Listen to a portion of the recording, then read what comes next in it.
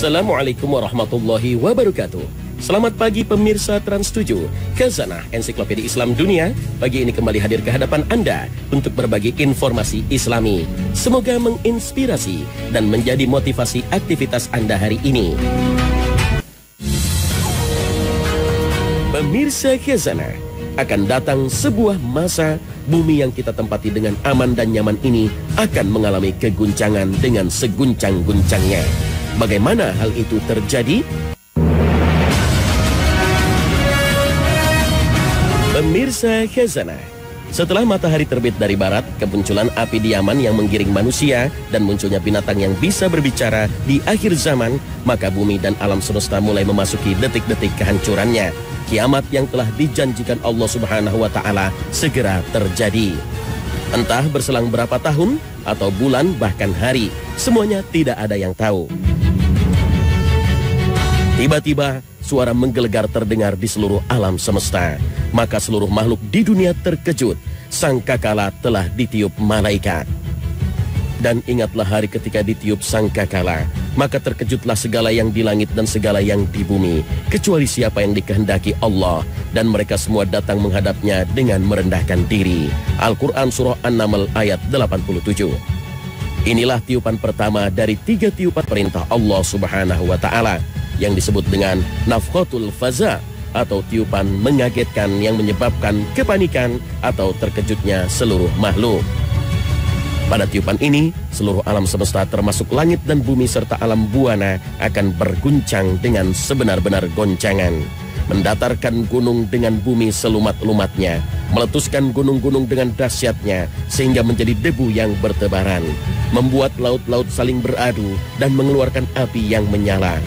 Langit akan pecah luar biasa dan hilanglah hukum gravitasi yang biasa kita kenal. Bintang-bintang berjatuhan, planet-planet saling bertubrukan. Bersatulah matahari dengan bulan dan hilanglah cahayanya. Setelah itu keadaan alam semesta kembali seperti sebelum Allah menciptakannya. Hal ini terjadi dengan tiba-tiba saat semua manusia sedang sibuk mengurus urusan dunia mereka. Allah Subhanahu wa Ta'ala berfirman, dan mereka berkata, bilakah terjadinya janji ini, hari berbangkit jika kamu adalah orang-orang yang benar? Mereka tidak menunggu melainkan satu teriakan saja yang akan membinasakan mereka ketika mereka sedang bertengkar. Lalu mereka tidak kuasa membuat satu wasiat pun dan tidak pula dapat kembali kepada keluarganya. Al-Quran Surah Yasin ayat 48 hingga 50. Tiupan sangkakala yang pertama ini panjang, seluruh makhluk ketakutan dan amat terperanjat. Dampaknya pun sangat dahsyat sebagaimana disebutkan dalam Al-Quran, sehingga ibu yang menyusukan anaknya akan melepaskan, mencampakkan anaknya. Orang yang hamil tiba-tiba melahirkan anaknya walaupun janinnya masih muda. Manusia juga lintang kukang seperti kupu-kupu bertebaran. Suara menggelegar yang menyebabkan keguncangan dan kepanikan semua yang berada di langit dan di bumi, kecuali siapa-siapa yang dikehendaki oleh Allah Subhanahu wa Ta'ala.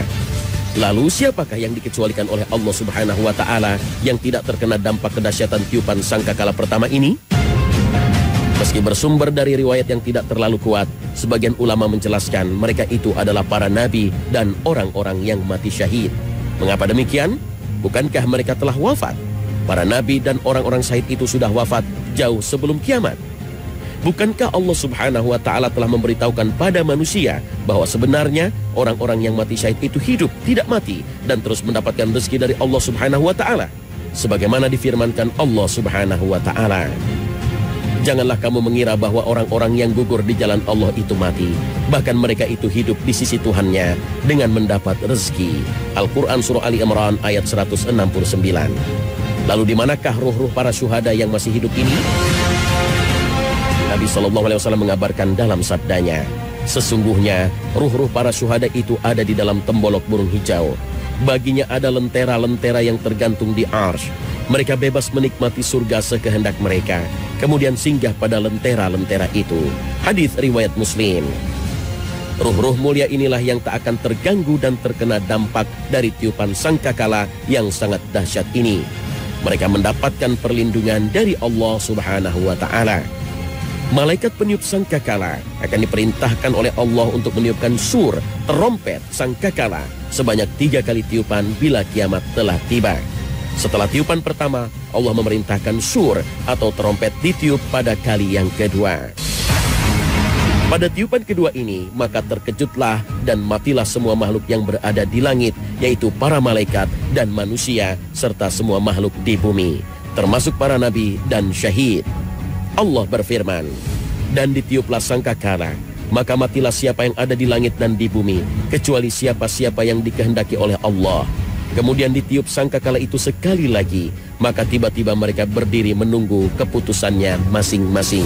Al-Quran Surah Az-Zumar ayat 68. Dalam ayat ini disebutkan bahwa pada tiupan kedua, seluruh makhluk di langit maupun di bumi semua mati.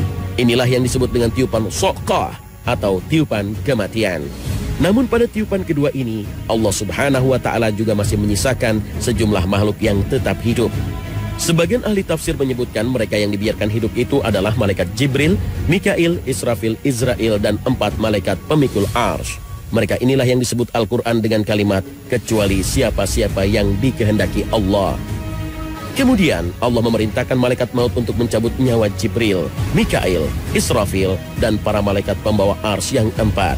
Maka tidak ada yang tersisa kecuali Allah dan malaikat maut. Kemudian Allah berkata kepada malaikat maut, wahai malaikat maut, kamu adalah salah satu dari makhluk-makhlukku, maka sekarang matilah kamu. Dengan demikian matilah malaikat maut. Maka tidak ada yang tersisa kecuali Allah yang maha perkasa, yang maha hidup, yang tidak pernah mati, yang awal, yang tidak ada sebelumnya sesuatu apapun, yang akhir, yang tidak ada sesudahnya sesuatu apapun. Kemudian Allah berkata, akulah raja, akulah penguasa. Di manakah raja-raja bumi? Di manakah para penguasa? Di manakah orang-orang yang sombong? Dan untuk siapakah kekuasaan pada hari ini? Pada hari itu, Allah Subhanahu wa Ta'ala menunjukkan keperkasaannya dan keesaannya, bahwa sifat sombong itu hanya miliknya. Imam Muslim meriwayatkan sabda Nabi SAW, Allah Azza wa Jalla akan menggulung langit-langit kelak di hari kiamat. Kemudian ia mengambilnya dengan tangan kanannya dan berfirman, akulah raja. Di manakah orang-orang yang selalu bertindak sewenang-wenang? Di manakah orang-orang yang selalu menyombongkan diri?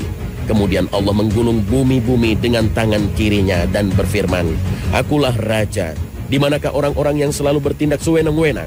Di manakah orang-orang yang selalu menyombongkan diri? Hadis riwayat Muslim.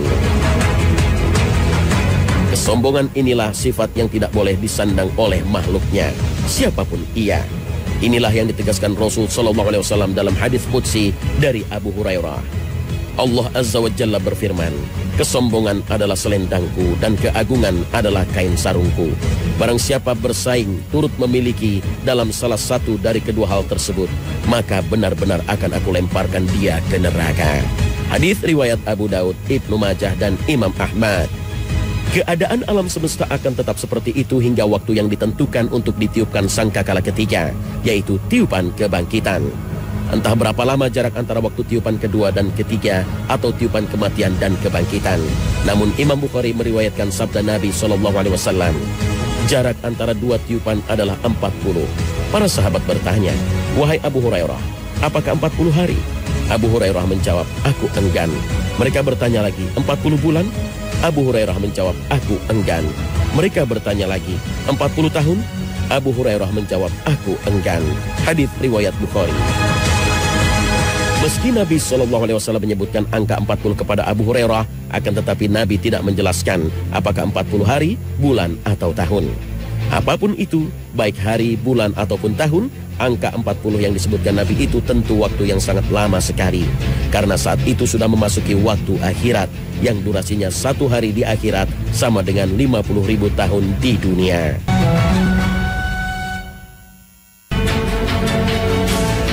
Pemirsa Khazanah, tak sedikit kaum muslim yang sudah merasa memiliki tabungan amal ibadah dan kebaikan. Karena sudah merasa telah melaksanakan ibadah sholat wajib dengan lengkap, puasa lengkap, zakat dan sedekah tak pernah ketinggalan. Dan alhamdulillah juga telah menunaikan ibadah haji, yang memang dengan semua itu, seorang muslim telah memiliki tabungan amal soleh yang besar. Dengan itu semua, sebenarnya tugas seorang muslim belum selesai. Yang paling penting justru bagaimana kita bisa mempertahankan amalan-amalan soleh yang telah kita lakukan itu tetap utuh sampai akhir hayat kita. Mengapa? Karena memang tidak ada jaminan jika amal-amal soleh yang telah terkumpul banyak itu akan utuh seterusnya. Bisa saja dalam perjalanan hidup ini, amalan-amalan itu tanpa kita sadari berkurang sedikit demi sedikit, atau bahkan mungkin bisa hilang seketika. Karena dalam agama ada perbuatan-perbuatan yang bisa menghapus tabungan amal kita, maka itu yang perlu diwaspadai. Allah Subhanahu wa Ta'ala berfirman, supaya tidak hapus pahala amalanmu sangkan kamu tidak menyadari.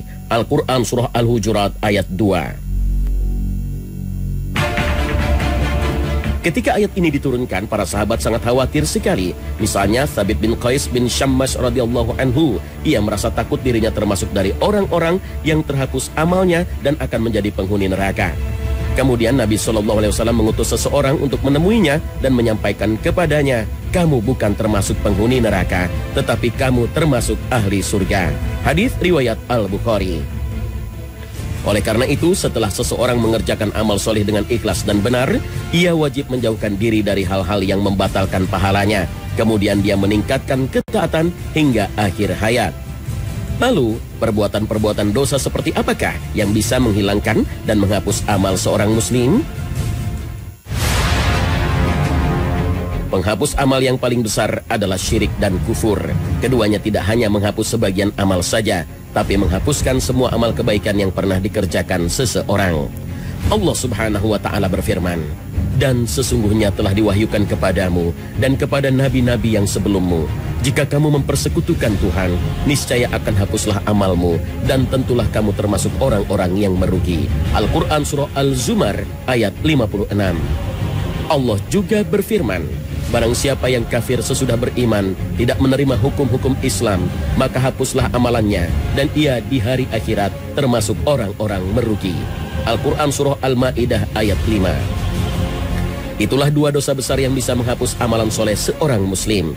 Namun bukan berarti hanya dua dosa besar itu yang bisa menghapus amal. Para ulama sepakat masih ada dosa yang derajatnya di bawah syirik dan kufur yang bisa menghapuskan sebagian pahala amal soleh yang sebanding dengannya. Imam Ahmad pernah berkata, apabila seseorang merasa khawatir kepada dirinya berbuat sesuatu yang mendekati zina, hendaknya ia segera menikah. Dia berhutang dan menikah supaya tidak terjerumus dalam keharaman, lalu amalnya terhapus. Ibnu Rajab menyepakati kesimpulan ini, bahwa amal bisa terhapus karena sebab sebagian dosa, sebagaimana firman Allah Ta'ala. Demikian pula Al-Hasan Al-Basri berpandangan demikian. Al-Quran telah memperingatkan orang-orang beriman dari pembatal-pembatal amal ini. Hai orang-orang yang beriman, taatlah kepada Allah dan taatlah kepada Rasul, dan janganlah kamu merusakkan pahala amal-amalmu. Al-Quran Surah Muhammad ayat 33.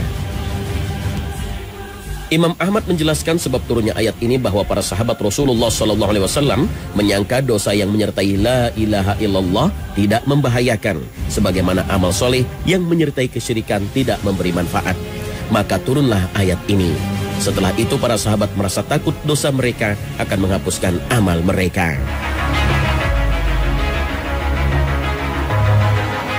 Bukti lain bahwa ada perbuatan dosa yang bisa menghapus amal soleh seorang muslim, seperti yang difirmankan Allah Subhanahu wa Ta'ala. Hai orang-orang beriman, janganlah kamu menghilangkan pahala sedekahmu dengan menyebut-nyebutnya dan menyakiti perasaan si penerima. Al-Quran Surah Al-Baqarah ayat 264. Ayat ini mengabarkan sedekah bisa rusak dan pahalanya terhapus karena suka menyebut-nyebutnya atau mengungkit-ungkitnya dengan perkataan atau perbuatan kepada seseorang. Sedekah juga bisa terhapus karena menyakiti atau berbuat buruk kepada orang yang telah diberi. Maka dari sini orang yang telah mengerjakan amal-amal soleh, khususnya amal besar dalam Islam, dia wajib menjaga amal tersebut dari pembatal-pembatalnya, khususnya syirik dan kufur, dan umumnya semua perbuatan maksiat dan keburukan. Karena keburukan bisa menghapuskan kebaikan, sebagaimana kebaikan menghapuskan keburukan. Dan penentu amal seseorang adalah di penghujungnya. Wallahu a'lam.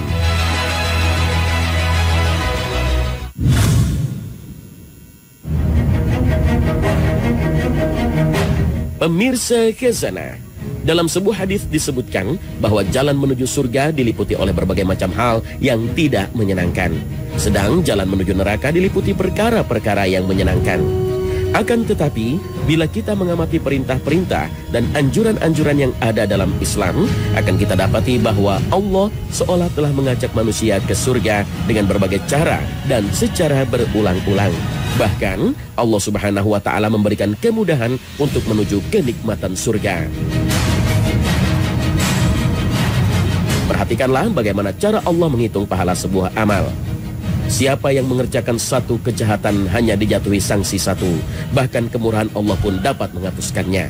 Sementara yang mengerjakan satu kebaikan memperoleh 10 ganjaran bahkan lebih.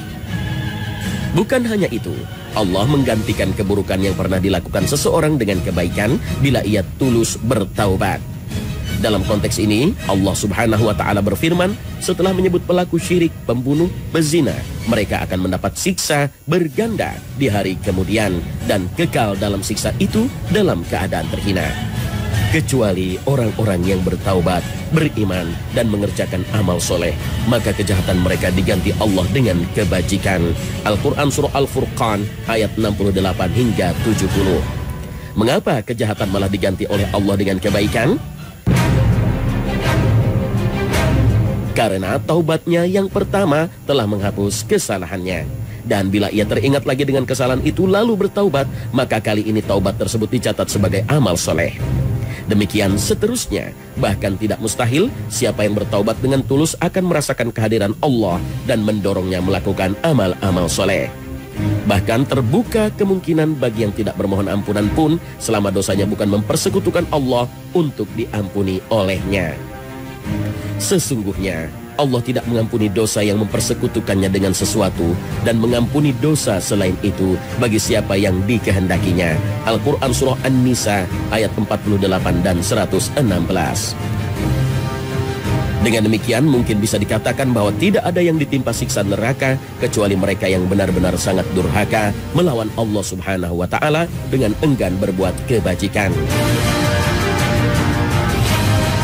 Ini semua bukan berarti mengandalkan kemurahan Allah tanpa usaha. Setiap orang paling tidak harus selalu mengingat pesan Allah Subhanahu wa Ta'ala. Bertakwalah kepada Allah dengan sebenar-benar takwa dan janganlah kamu mati kecuali dalam keadaan kamu muslim. Al-Quran Surah Ali Imran ayat 102. Di samping itu setiap kita harus selalu ingat husnul khotimah atau akhir yang baik. Demikian pula su'ul khotimah atau akhir yang buruk. Karena itu jangan mengandalkan kemurahan Allah Subhanahu wa Ta'ala sebelum kita berusaha sekuat kemampuan. Dalam hadis qudsi Allah Azza wa Jalla berfirman, jika seorang hambaku bertekad akan melakukan kebaikan namun tidak sempat melaksanakannya, aku akan mencatat 1 kebaikan baginya. Jika dia jadi melaksanakan tekadnya itu, aku catatkan 10 kebaikan, bahkan sampai 700 kali lipat baginya. Dan jika hambaku bertekad akan melaksanakan keburukan namun tidak jadi melaksanakannya, aku tidak akan mencatatnya sebagai dosa baginya. Lalu jika ia melakukan keburukan tersebut, aku hanya mencatat 1 keburukan. Hadis riwayat Tabarani dan Abu Shaykh. Orang yang beriman tidak memandang masa depan dengan logika dan akalnya. Tapi orang yang beriman, mereka hidup berjalan dengan apa yang telah diberitakan oleh Allah dan Rasulnya. Karena kita hidup dengan iman semua berita yang disampaikan oleh Rasulullah SAW. Jadi kota Syam menjadi tempat berkumpul, betul. Tapi mahsyar untuk kota Syam bukan.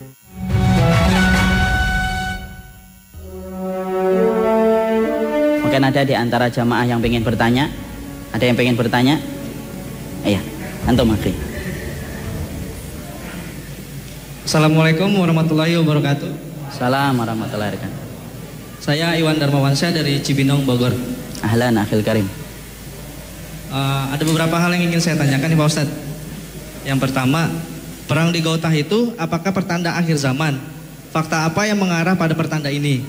Dan yang kedua, ada sumber yang menyebutkan perang di Gautah Suriah itu tidak ada hubungannya dengan perang akhir zaman. Karena sebenarnya Gautah yang sekarang sedang berkecambuk perang itu bukan tempat ditunjuk Nabi dalam hadisnya. Benarkah demikian? Dan yang ketiga, ada hadis Nabi yang menyebutkan Syam itu adalah mahsyarnya dunia. Apakah berarti nanti ketika dibangkitkan manusia akan digiring menuju Syam itu? Sekian, terima kasih. Assalamualaikum warahmatullahi wabarakatuh. Assalamualaikum warahmatullahi wabarakatuh. Akhi yang semoga Allah rahmati dan Allah berkahi. Menjawab tentang kota Syam, tentunya kita akan menjawab dengan puluhan riwayat-riwayat yang sahihah yang menceritakan tentang masalah Syam. Saya dan antum tidak perlu ragu. Riwayat-riwayat yang menerangkan tentang Syam itu adalah riwayat-riwayat yang rata-rata di atas 80% berada pada riwayat yang sahih, dan itu merupakan bagian dari nubuwah yang disampaikan oleh Rasulullah Sallallahu Alaihi Wasallam. Maka kita merujuk kepada pertanyaan yang pertama ketika beliau menanyakan apakah Ghautah ini menjadi petanda akhir zaman. Tentunya yang menjawab pertanyaan ini adalah Rasul, karena sesungguhnya beliau diberikan petunjuk untuk menjawab setiap pertanyaan yang dimiliki oleh setiap umatnya. Pertanyaan ini telah dijawab oleh Nabi 1400 tahun yang lalu. Rasulullah dalam riwayat Imam Ahmad menyampaikan, Inna fustatal muslimina yawmal malhamati bil ghautati ila janibil madinati yuqalu laha Dimashq fa inna khaira madaini syami. Rasulullah SAW menyampaikan dengan lisan beliau yang mulia, sesungguhnya benteng pertahanan kaum muslimin ketika nanti terjadi peperangan akhir zaman yang begitu besar, maka benteng kaum muslimin itu terletak pada kota Ghautah. Dan Ghautah ini merupakan sebuah kota di samping kota yang disebut dengan kota Dimashq ataupun Damaskus, dan itu merupakan kota yang terbaik di antara wilayah Syam. Hadis ini diriwayatkan secara sahih dalam riwayat Imam Ahmad dan kemudian disahihkan oleh banyak ulama-ulama hadis dalam kitab Sahih Targhib wa Tarhib. Disitulah kita menjumpai apakah kaitan Ghautah dengan kemudian peperangan akhir zaman dan tanda hari kiamat. Jelas Rasulullah tidak menyebut Ghautah kecuali Nabi menyebutkan kata Malhamah Kubra. Dan tahukah antum apa itu Malhamah Kubra? Peperangan akhir zaman itulah yang disebut dengan Malhamah Kubra. Antum yang sering membaca pasti mengetahui tentang referensi tentang Malhamah Kubra. Disitulah kita menjumpai sesungguhnya Allah itu akan memberikan kemenangan bagi kaum muslimin, dan kemenangan itu tidak terjadi di wilayah manapun kecuali terjadinya di kota Syam. Dan kota Syam itu salah satunya ada Damaskus, ada kemudian Idlib, ada kemudian Halab, ada kemudian Aleppo, dan salah satunya adalah kota Ghautah. Makanya di situ kita kemudian menaruh satu harapan besar bahwasanya kaum muslimin akan mendapatkan kembali cahaya kemenangan. Kita akan bermandikan dengan kejayaan kembali, dan sesungguhnya Rasulullah mengatakan tempat kemenangan itu terjadinya di kota Syam, dan salah satu benteng pertahanan saya dan antum ada di kota Ghautah. Makanya Rasulullah kemudian bersabda dalam salah satu hadis yang lainnya, Rasulullah itu pernah menjumpai di dalam mimpi, dan mimpinya Nabi adalah bagian dari wahyu. Rasulullah mengatakan, inni ra'aitu, sesungguhnya aku telah melihat amudal kitab untuzi'a tahta wisadati. Ketika aku tidur, maka aku melihat di bawah bantalku ada pancang-pancang yang diambil dari bawah bantalku. Setiap pancang di atasnya ada Al-Quran, ditancapkan oleh Allah pada satu wilayah, ditancapkan oleh Allah pada wilayah yang lainnya, ditancapkan oleh Allah pada wilayah yang lainnya.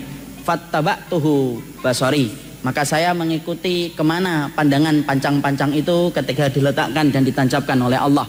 Maka saya mendapati pancang yang terakhir yang telah ditetapkan dan ditancapkan oleh Allah, yaitu adalah pancang itu di kota Syam. Dan itu menunjukkan sesungguhnya kota kemenangan bagi kaum muslimin adalah kota Syam. Makanya hari ini walaupun kita mendapatkan banyak penderitaan yang dirasakan oleh kaum muslimin, kita faham malam itu kalau sudah terlalu gelap berarti fajar itu sebentar lagi akan menyingsing. Dan fajar itu bukan milik siapapun, tetapi fajar itu milik Islam dan milik kaum muslimin. Makanya orang-orang kafir mereka kemudian tahu betul kemenangan itu adalah milik kaum muslimin.